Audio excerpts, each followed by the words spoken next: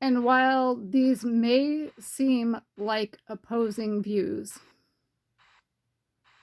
I'll explain why I kind of think that they both are valid. So yes, I, on one hand, don't believe a man is the answer if you're straight, bi, pan, or, transgender, female, whatever. On the other hand, and I'm just gonna exaggerate here a little, if say a guy makes $400,000-$500,000 a year, and whoever that guy is with makes $100,000 a year or less, yeah, maybe then things really should not be 50-50.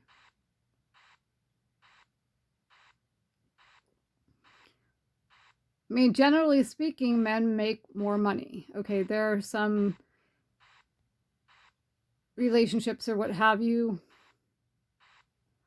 where that's not true. But we're talking for the majority of people, it holds true that men make more money. It's an unfortunate aspect of life and one that should be remedied, in my humble opinion.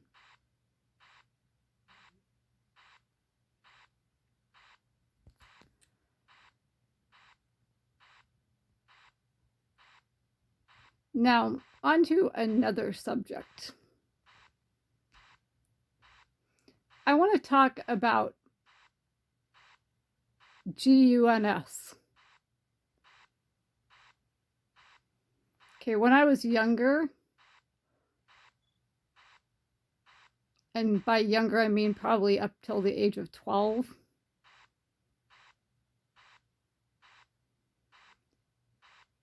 I hated GUNS with a passion.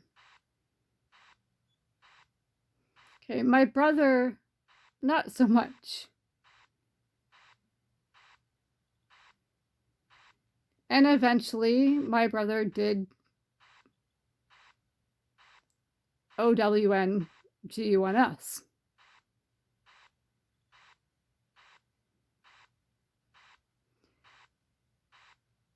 Most of the time, they were just things that he pinned to his wall or walls.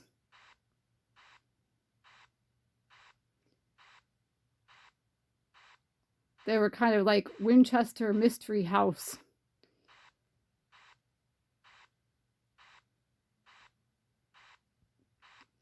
Things to show off.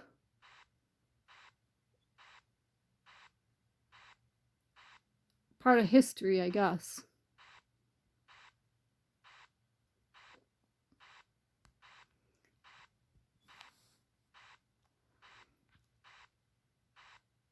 That's a tough subject for me. To this day.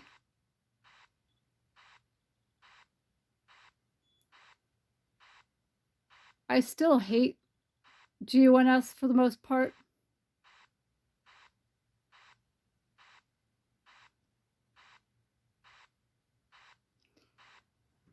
But my brother owning GUNS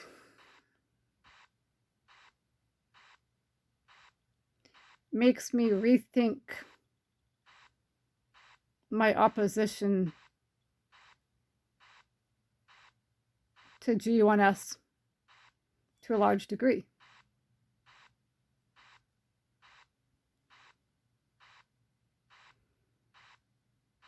My brother has never SHOT someone. He's never gotten arrested for anything having to do with GUNS.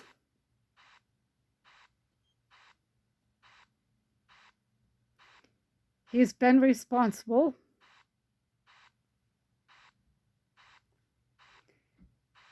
I think maybe when he was younger, he might have gone to a GUN range a couple times, but I'm not sure that he has since then.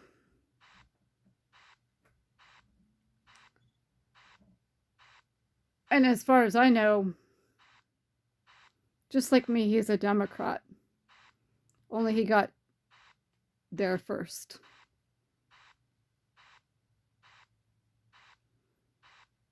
He's been a Democrat longer than I have.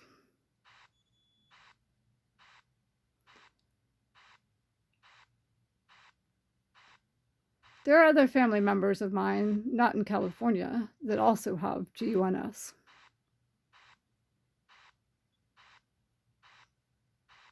And they've been responsible.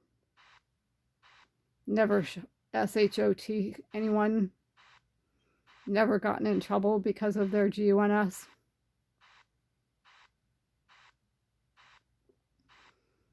My uncle in Michigan is someone that comes to mind in that respect. Also a Democrat. So I don't know.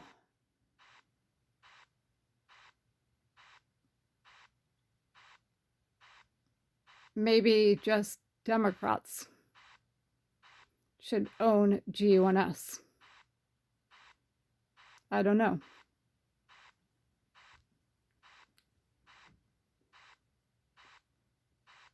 I really don't.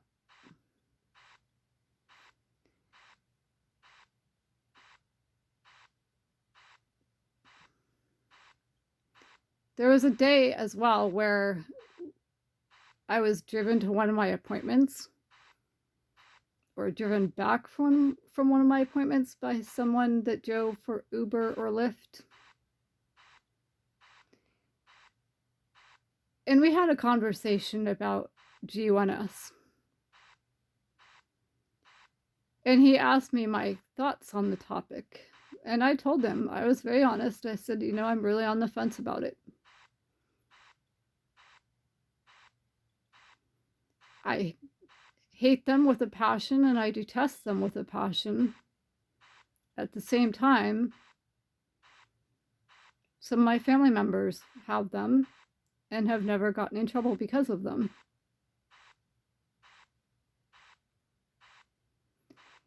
This guy went on to tell me about an incident with a passenger who tried to rob him.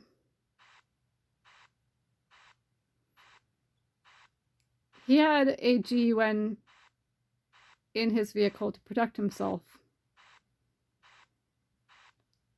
However, that GUN was not loaded. When the passenger tried to rob him,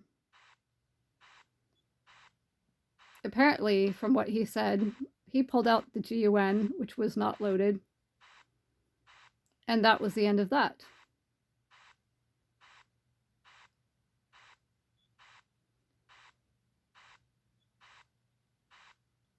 I don't know. Some people might disagree with me.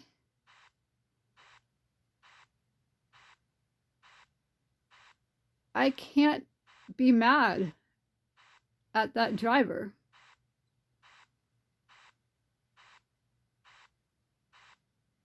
Yeah, it was a GUN, but it wasn't loaded.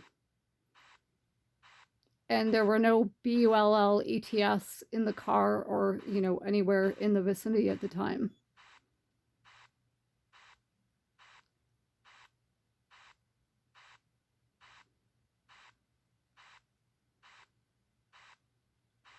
In my case, no, I'm terrified of them, personally.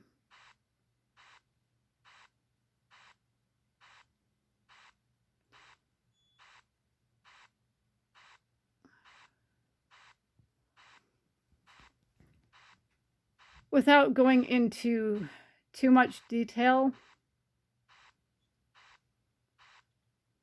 and explaining this whole scenario to you,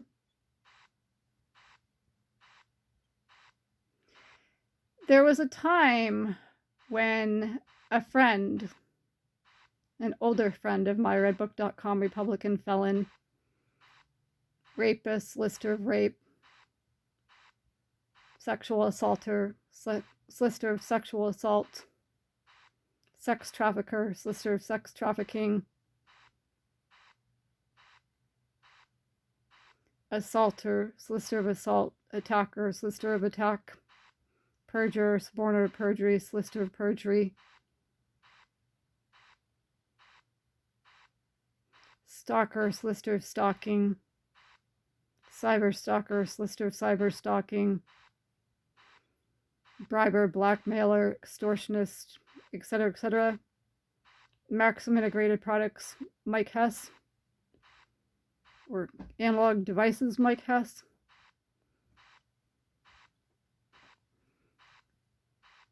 In East San Jose, this older friend who is like Elmer Sanborn, but not Elmer Sanborn, pulled out a GUN, showed it to me, and was like, here, just put your hand on the, or, put your hand on the part where the trigger is.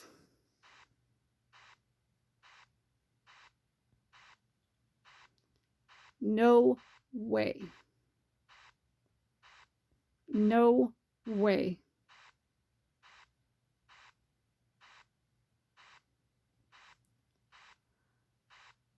Dude even said it was loaded. I was scared out of my mind.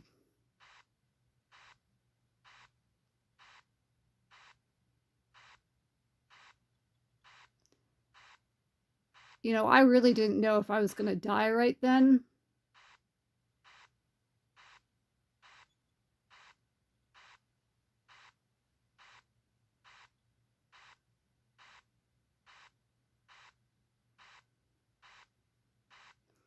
If he had have wanted to, he could have pulled that trigger.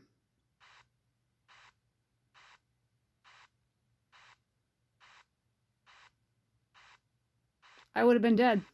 That would have been the end of my life.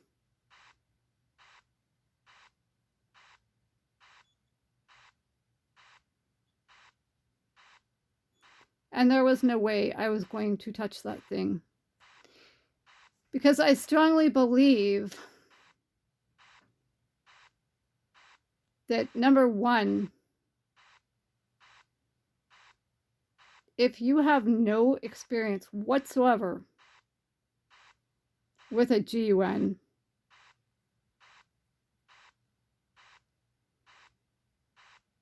you shouldn't be anywhere near one.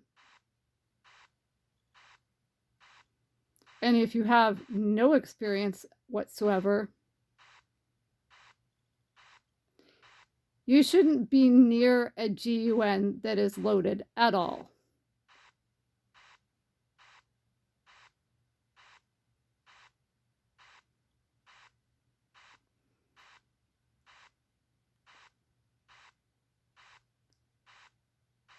If you, the person who has no experience whatsoever, are holding a GUN, and there's somebody else that has experience, and they're holding a GUN, and both of you have loaded GUNs, and you think somehow that you're gonna outmaneuver the other person, you might want to rethink that.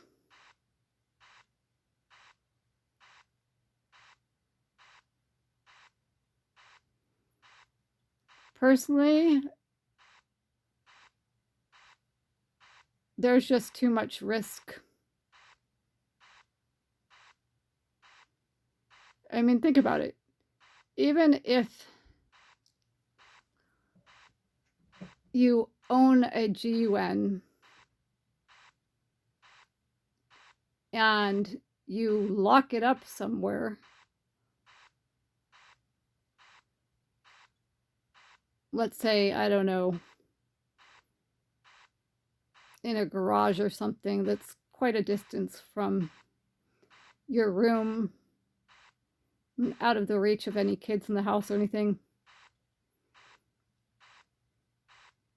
it doesn't mean that somebody couldn't, come into the house or the garage at some point and figure out how to get past that lock and get to your GUN.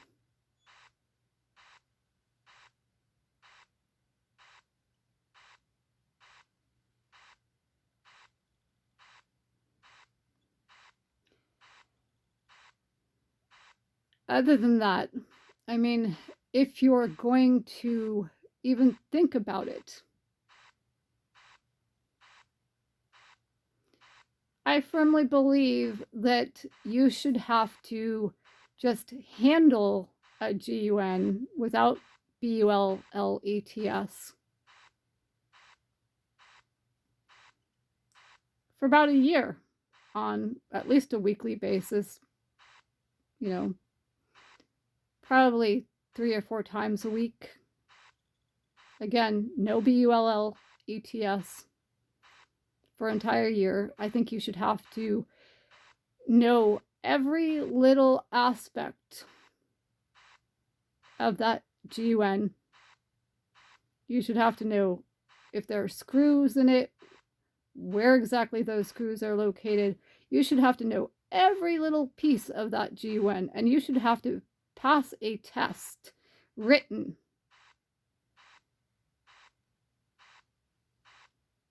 on how to put that gun together and take it apart all the way down to where it doesn't even look like a GUN anymore.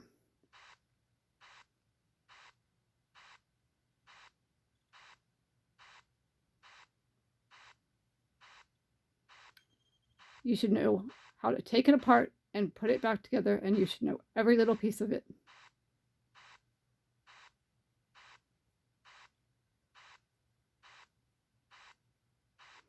In fact, maybe you should be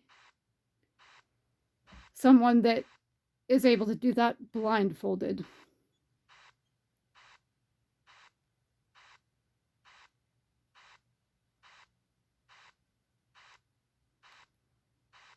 I mean, that's just to start with, in my humble opinion.